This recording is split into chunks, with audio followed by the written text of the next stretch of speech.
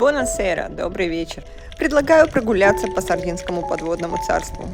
Скалы Сардинии красивы не только на суше, но под водой они смотрятся вдвойне мистериозно, вдвойне загадочно, будто гуляешь по той самой легендарной, затерянной Атлантиде, где камни кажутся руинами когда-то процветавших городов. И такая версия есть. Не потому, что на одном из пляжей Сардинии вышел Аквамен, тряхнул гривой волос, поиграл кубиками пресса, сразив всех местных и неместных красавиц, а потому что один ученый, Серхио Фрау, что примерно в 1175 году на Сардинию обрушилось страшное цунами, которое погрузило остров в водную пучину.